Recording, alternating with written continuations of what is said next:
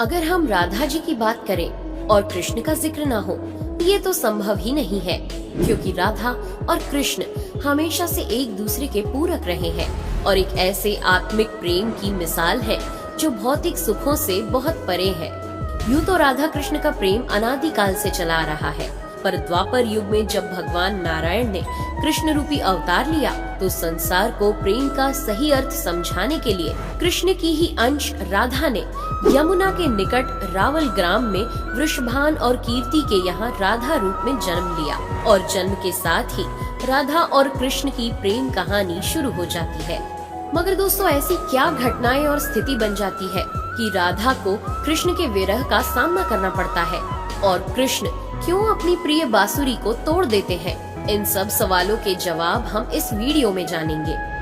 दोस्तों, कहा जाता है कि राधा जन्म से अंधी थी और स्वर्ग लोक से ये वचन लेकर ही पृथ्वी लोक आई थी कि जब श्री कृष्ण की प्रथम दृष्टि उन पर पड़ेगी तभी वो संपूर्ण जगत को देखेंगी, अन्यथा नहीं। तो देखा आपने कैसे शुरुआत से ही दोनों एक दूसरे से जुड़े रहे हैं। बचपन से ही कृष्ण अपनी लीलाओं और बांसुरी की मधुर धुन से पूरे बरसाना वासियों का मन मोहित करते रहते हैं और राधा और कृष्ण तो 8 साल की उम्र से ही अपने प्रेम का आनंद लेने लगे थे। श्री कृष्ण को अपने जीवन में राधा और बांसुरी दो ही सबसे प्रिय थे, जो आपस में एक दूसरे से गहराई से जुड़े थे। जब भी श्री कृष्ण बांसुरी बजाते, राधा उनके पास दौड़ी चली आती और घंटों बांसुरी की धुन में मग्न रहती, जो उनके प्रेम को और बढ़ाता गया। वो यमुना नदी के तट पर बैठकर घंटों समय व्यतीत करते थे, पर उनका ये सुखद समय कुछ ही वर्षों का था, क्योंकि जैसे कृष्ण के मामा कंस को उनके वृंदावन में होने का पता चला, उसने तुरंत ही कृष्ण को मथुरा में युद्ध का निमंत्रण दे दिया, जिसके लिए कृष्ण को अपनी यशोदा माँ और पूरे गांव के साथ राधा को भी छोड़कर जाना था। कृष्ण और राधा दोनों को पहले से पता था कि कृष्ण अब वृंदावन वापस कभी नहीं आ पाएंगे और बहुत समय तक एक दूसरे से मिल भी नहीं पाएंगे। तो इसलिए मथुरा जाने से पहले राधा ने कृष्ण से 2 वचन लिए। पहला वचन था कि राधा के हृदय में हमेशा केवल कान्हा का वास रहेगा और दूसरे वचन के अनुसार मृत्यु से पहले उन्हें कान्हा के दर्शन होंगे। परंतु इन वचनों को देने के बाद श्री कृष्ण को पता था कि राधा उनके विरह में बहुत विलाप करेंगी, तो राधा हमेशा खुश रहे, इसके लिए श्री कृष्ण ने भी राधा से वचन लिया कि राधा को कृष्ण की याद में अब एक भी अश्रु नहीं बहाना होगा। ये वचन लेने के बाद श्री कृष्ण मथुरा की ओर बढ़ जाते हैं और राधा वृंदावन में ही रह जाती है, जिसके बाद से राधा का वर्णन बहुत कम ही मिलता है। इसके बाद कृष्ण ने मथुरा जाकर कंस का वध किया और अपने माता पिता देवकी वासुदेव को मुक्त कराया और फिर उन्होंने मथुरा से आगे बढ़कर प्रजा की रक्षा के लिए द्वारका नगरी की स्थापना की, जिसके बाद से उन्हें द्वारकाधीश कहा गया। कृष्ण द्वारका में रुक्मिणी और सत्यभामा से भी विवाह करते हैं। साथ ही इनके अलावा भी कृष्ण की 16,108 रानियां थी, जिनमें से रुक्मिणी कृष्ण की सबसे प्रिय पत्नी थी। उन्होंने केवल कृष्ण की छवि को देखकर ही उन्हें अपने मन में बसा लिया था और कृष्ण से विवाह के लिए वो अपने भाई रुक्मी के विरुद्ध भी चली गई थी। प्रेम पत्र के माध्यम से कृष्ण को बुलाकर और कृष्ण के साथ भाग गई थी। फिर उन्होंने कृष्ण के साथ द्वारका नगरी में सुखपूर्वक अपना जीवन व्यतीत किया और कृष्ण भी अपने दैवीय कार्यों में लीन हो गए।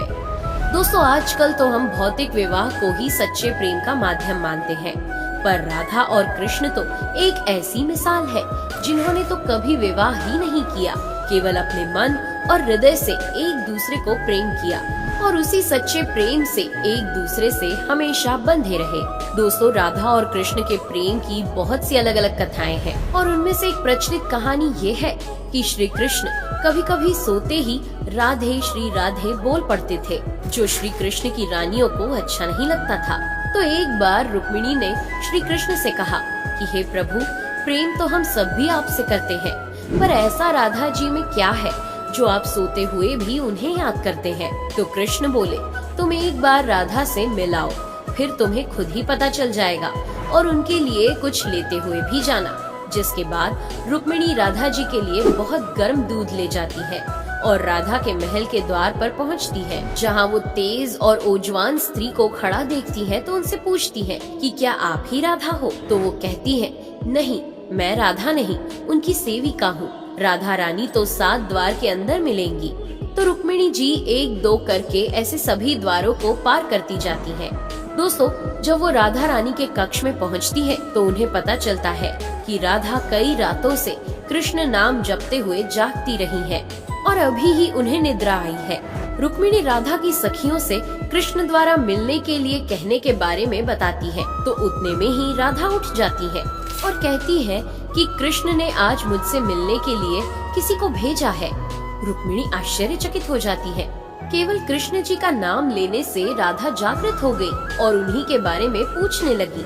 इतना ही नहीं, जब राधा को पता चला कि कृष्ण ने उनके लिए प्रसाद भेजा है तो वो बिना कुछ सोचे रुक्मिणी से वो गर्म दूध लेके पी जाती है, जिसे देखकर रुक्मिणी हैरान रह जाती है। फिर वो राधा जी से बातें कर वापस आ जाती है। ये सब हो जाने के बाद जब रात्रि के समय रुक्मिणी श्री कृष्ण के पैर दबाती है तो देखती है कि उनके पैरों में छाले पड़े हुए हैं, जिसे देखकर वो हैरान रह जाती है और पूछती है कि प्रभु, आप कहाँ पैदल गए थे जो आपके पैरों में छाले पड़ गए? तो श्री कृष्ण बोले, आपने गलती से राधा जी को गर्म दूध पिलाया था, जो राधा एक ही बार में पी गई थी, जिससे उनके हृदय में छाले पड़ गए हैं और उनके हृदय में हमेशा मेरे चरण कमल विराजमान रहते हैं, जिससे मेरे पैरों में भी छाले पड़ गए। तब फिर रुक्मिणी को राधा और कृष्ण के प्रेम की पराकाष्ठा का पता चलता है कि प्रेम शरीर से नहीं, आत्मा से होता है, जो हमेशा राधा के हृदय में कृष्ण के चरण कमल के रूप में विराजमान रहता है।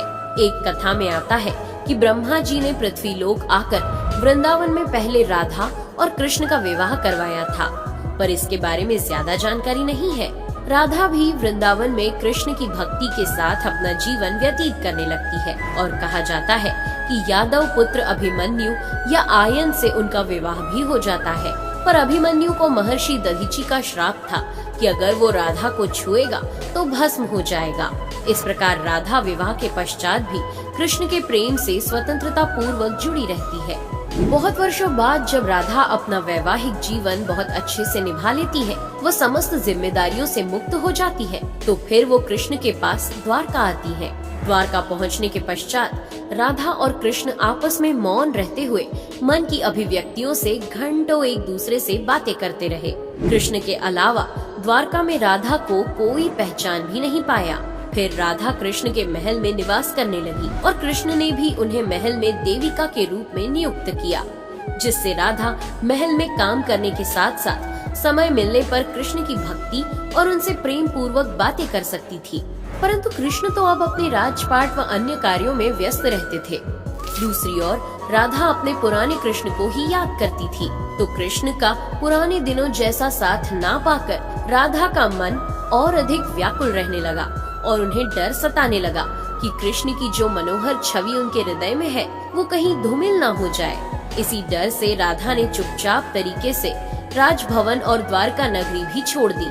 जिसके बाद ऐसे ही कुछ समय और बिताने के बाद जब राधा का अंतिम समय पास आने लगा, तब उन्होंने कृष्ण का स्मरण कर उन्हें अपने वचन की याद दिलाई। राधा के स्मरण करते ही कृष्ण वहाँ दौड़े दौड़े चले आए, परंतु राधा की अत्यंत दयनीय स्थिति देखकर वे अत्यधिक भावुक हो गए और उन्होंने राधा से अंतिम समय में कुछ मांगने को कहा, जिस पर राधा ने उनके सामने एक ही इच्छा प्रकट की थी कि वो अपने जीवन के अंतिम क्षणों में कृष्ण का वही रूप देखना चाहती है जैसा वो वृंदावन में देखा करती थी। वो उन्हें वही बांसुरी की मीठी धुन बजाते हुए सुनना चाहती है।